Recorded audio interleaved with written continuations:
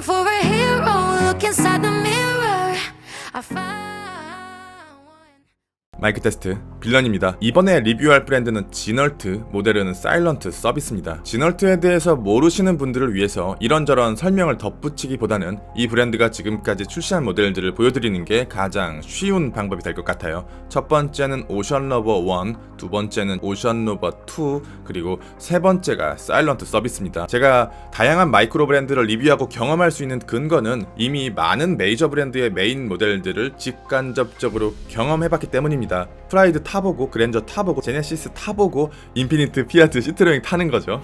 크게 때려맞는 감가와 좋지 않은 하차감과 주위 사람들의 꼰대질에 강력하게 저항할 수 있는 강철 멘탈을 가지셨다면 괜찮습니다. 하지만 내가 시계질의 문을 지금 막 열고자 하는데 마이크로 브랜드부터 시작하는 우를 범하지 않았으면 좋겠습니다. 외국 커뮤니티를 돌아다니다가 사일런트 서비스를 출시한다는 소식은 이미 알고 있었어요. 디자인도 보게 되었고요. 그런데 오션러버 2와는 다르게 크게 끌리지 않았거든요. 아침에 짜장면을 먹었고 점심에 짬뽕을 먹으려는데 이건 짬뽕도 아니고 탕수육도 아니에요. 짜장면과 짬뽕을 섞은 느낌. 근데 시계는 확실히 사진과 실물의 갭이 커요. 시계를 보자마자 어떤 생각이 들었냐면요, 이거는 두세 개 정도 더 사서 쟁여두고 싶었어요. 압도적인 퀄리티가 모든 걸 집어 삼킵니다. 굉장히 비싼 시계 같다는 생각이 들더라고요. 메스티지 브랜드의 퀄리티는 넘어섰고 대략 1000만원 정도 럭셔리 초입 브랜드의 퀄리티를 가졌어요. 메스티지 브랜드와 럭셔리 브랜드 그리고 하이엔드 브랜드를 구분짓는 차이점은 뭘까? 하이엔드 브랜드야 기계적으로 뽑아낼 수 없는 그들만의 메리트를 집어 넣는다지만 메스티지 브랜드와 럭셔리 브랜드 따로 볼 때는 모르지만 한 손에 올려놓고 보면 확실히 가격대만큼의 차이가 나거든요.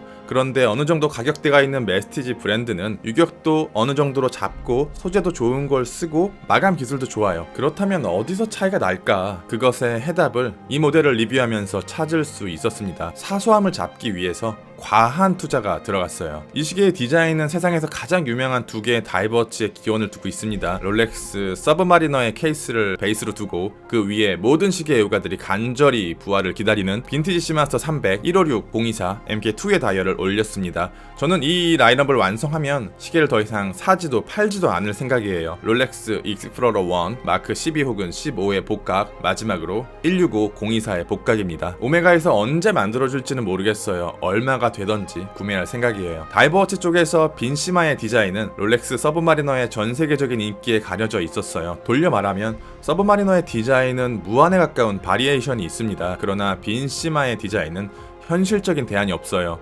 헬슨, 보레알리스, MK2에서 만들어줬고 그나마 MK2에서 빈시마의 느낌을 잘 살려 만들어주긴 했지만 가격대가 너무 높고 나머지 둘은 부족한 완성도와 퀄리티 때문에 빠르게 방출하게 되더라고요. 사일런트 서비스는 퀄리티와 디테일을 둘 다 잡았습니다. 이런 말씀을 드려야 할지 고민이 좀 되는데 소신껏 말씀드리면 제가 보유하고 있는 신형 롤렉스 익스플로러 1에 준하는 퀄리티를 가졌습니다. 시계를 정면에서 바라보게 되면 화려한 사파이어 베젤 인서트가 시선을 사로잡는데 실제 이 시계의 주인공은 인덱스 같습니다. 곱게 마감된 스틸 테두리가 12개의 인덱스를 감싸 안고 있는데 시계를 바라보는 시선이 조금만 틀려도 시계에 들어가는 빛이 살짝만 흔들려도 시계의 진가가 드러납니다. 저는 보통 야광을 설명할 때 발려져 있다라고 표현을 하는데 이것은 발려져 있다가 아니라 채워져 있다라고 설명드려야 할 것 같아요. 스틸 테두리한 인덱스처럼 보이는 하얀 덩어리가 전부 야광입니다. 어찌나 양이 많은지 제가 경험한 시계를 통틀어서 두 번째로 밝아요. 가장 밝았던 미도의 슈퍼 루미노바와 비교해서 보여드릴게요. 또 단순히 밝은 것뿐만 아니라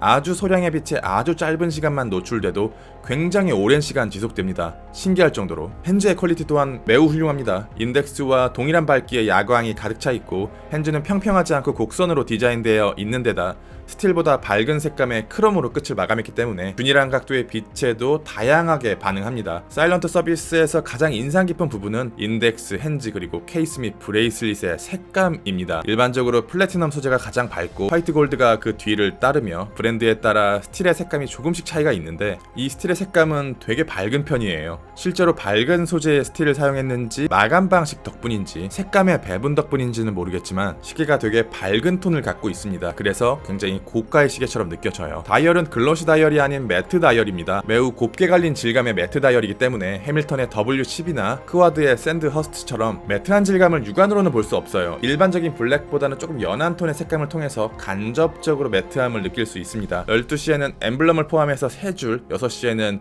레드 폰트의 모델명을 포함해서 무려 4줄의 폰트가 들어갔습니다. 다이얼 안쪽이 빈 공간이 없어요. 안 그래도 빽빽한 사이즈의 인덱스에 빽빽한 베젤 인서트의 디자인 덕분에 가득 차 보이는 느낌이 있는데 총 7줄의 폰트가 시계의 과한 밀도에 마침표를 찍네요. 무반사 코팅이 입혀져 있는 3중의 사파이어 글래스 덕분에 시계의 내부는 상시 깨끗하게 보입니다. 플랫한 사파이어 글래스로 밀키링이 전혀 없기 때문에 얇고 넓게 디자인된 챕터링을 가릴 만한 요소가 없습니다. 그래서 정면에서도 챕터링이 그대로 보이게 되고 이 공간에 다이얼의 인덱스가 복사되는 라인이 하나 더 만들어집니다. 때문에 시계의 두께감은 더 얇아졌지만 체감되는 사이즈는 더 크게 느껴지네요. 불투명한 블랙 세라믹 인서트 위에 음각으로 인그레이빙된 기존의 다이버 워치와는 다르게 세라믹 베젤 인서트의 소재는 깨끗한 사파이어 글래스로 속이 훤히 보입니다. 투명한 인서트 아래에는 검정색 바탕 위에 다이빙을 위한 숫자들이 적혀 있는데 가볍게 프린팅해도 될 만한 이 숫자들을 전부 야광으로 처리해 두었어요. 어둠 속에서 진가를 드러내요.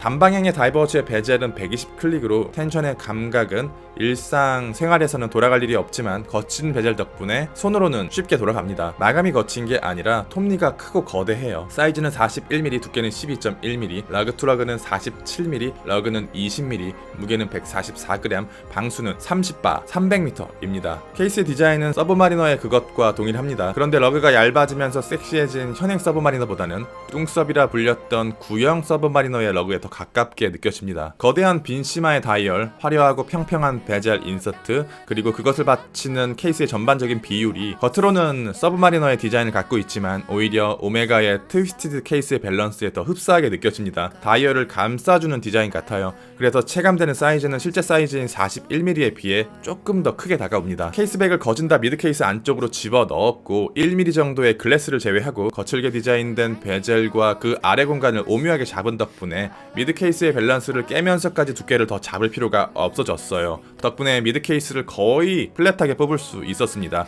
그래서 손목 위에서뿐 아니라 시계 자체만을 봐도 굉장히 밸런스가 좋아요. 케이스 윗면의 거친 느낌의 브러싱과 케이스 엣지 부분의 얇은 폴리싱, 그리고 브레이슬릿의 부드러운 폴리싱의 교차 마감은 익숙한 디자인의 다이버워치에 약간의 양념을 뿌려놨습니다. 케이스백은 솔리드백으로 단단하게 막아두면서 방수를 300m까지 잡았고 크라운 가드는 없습니다. 베젤에서 이어진 톱니는 크라운을 감싸고 있어서 와인딩이 굉장히 용이하고 크라운을 잡아주는 스프링의 텐션감도 완벽하지만 아쉽게도 논데이트 모델임에도 두 가지 포지션이 존재해요. 고스트 포지션이 있습니다. 무브먼트는 굳이 설명이 필요 없는 최상의 범용 무브먼트 셀리타 SW200-1입니다. 엘라보레 등급을 사용하며 38시간의 파워 리저브를 갖고 있고 5가지 포지션에서 6주 동안의 테스트를 거쳐 오차를 잡아줘요. 브레이슬릿은 3연줄의 오이스터 브레이슬릿입니다. 롤렉스의 그것과 거의 동일한 디자인과 구조를 갖고 있어요. 위에 발린 브러싱의 퀄리티, 링크 간의 유격, 안쪽의 구조적인 완성도, 버클의 텐션, 디자인뿐만 아니라 퀄리티적인 측면에서 동일한 수준이라 보시면 됩니다. 거기다 글라이드락,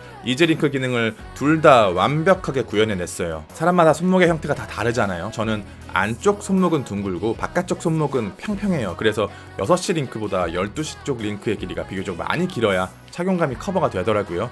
이즈링크는 거의 사용하지 않고요. 글라이드락을 통해서 사이즈 조절을 하곤 하는데 아쉬운 경우가 생기더라고요. 거기에 착용감에 정점을 찍어주는 마지막 한 조각이 필요한데 그것이 이 절반 사이즈의 링크입니다. 사일런트 서비스, 시계가 요구하는 리테일가 대비 가장 좋은 퀄리티를 가진 시계라고 말씀드릴 수 있겠네요. 리뷰는 여기까지. 빌런이었습니다. 감사합니다. Holding my head again, making my way through crowded thoughts. Sometimes it's hard to get out of it.